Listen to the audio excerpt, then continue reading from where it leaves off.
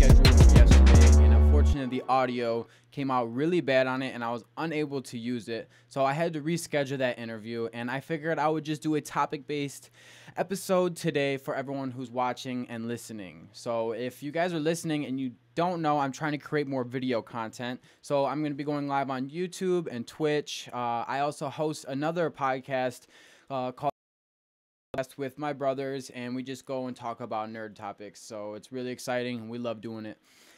What I am going to talk about today is actually one person, and his name is Peezy. He's a rapper out of Detroit, and I just recently started to dive a little bit deeper and do some research onto him and his music. So with that being said, we're just going to dive right into it. You guys just bear with me. We're going to switch over, and I can show you what I found and what I'm interested in. So first, I went through and I listened to a bunch of different, a bunch of his songs. And one that really stuck out to me was the Pressure song. And it's just how it came in. Like, I was just like, right off the rip, I'm like, damn. And he's on this no hooks tip. I noticed that on a bunch of stuff, and he just flows right through. So pretty impressive.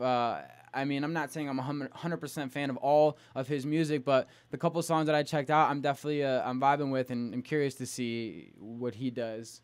I know he's from Team East Side, and there's a bunch of cats on there, but he caught my attention, and I've been doing a lot of interviews. At least the last 10 weeks, we've had interviews on Right Track Detroit Music Monday, and a lot of people mentioned Peezy. So I had to go in and dive a little deeper and see what he was about. But for right now, let's just turn on and see what this is about. David Wesson. I'm only going to play a little bit because I'm not exactly sure how much YouTube will allow me to play. So just coming in the first, like, I don't know, I'll give it the first, like, 20 seconds we ain't or so. Doing no more so hooks, man. That shit over with.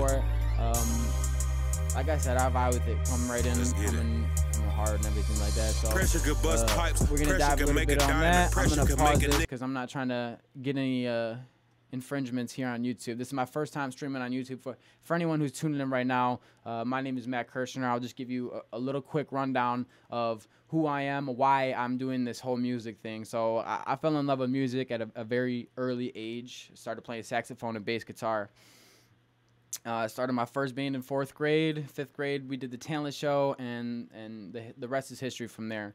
I went steady with the saxophone and bass guitar, but then I found my way into producing and hip hop, and that's how it was a wrap since there. And I spent 6 years as a sound engineer for hip hop and punk rock music, and now I kind of just retired from engineering as much, and I really wanted to talk about and highlight what's going on in Detroit, because I feel like Detroit's kind of slept on, and this is a great opportunity for us to be able to talk about it and share the rest of the world of what's really going on in Detroit.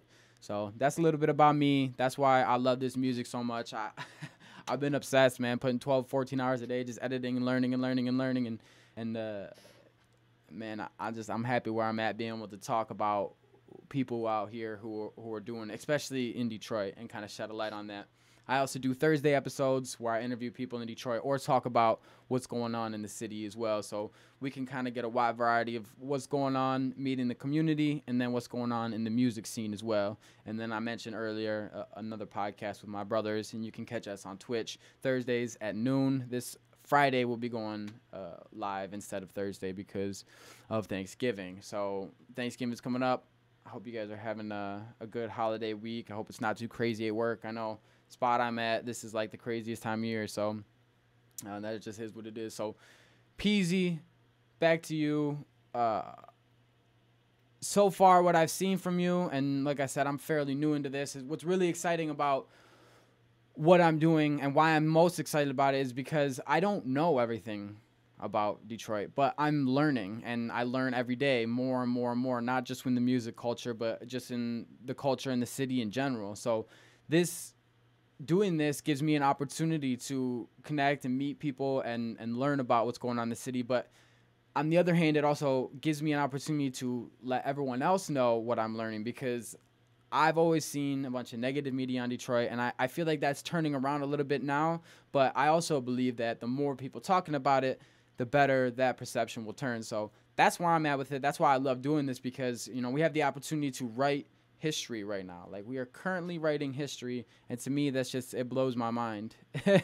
It's crazy to think about, and I don't think we take enough time to actually sit back and think about it. But anyways, Peezy, this episode's for you, man. This is I like what I see coming so far, and I'm excited to see what you do in the future too, because I know how far you've come already.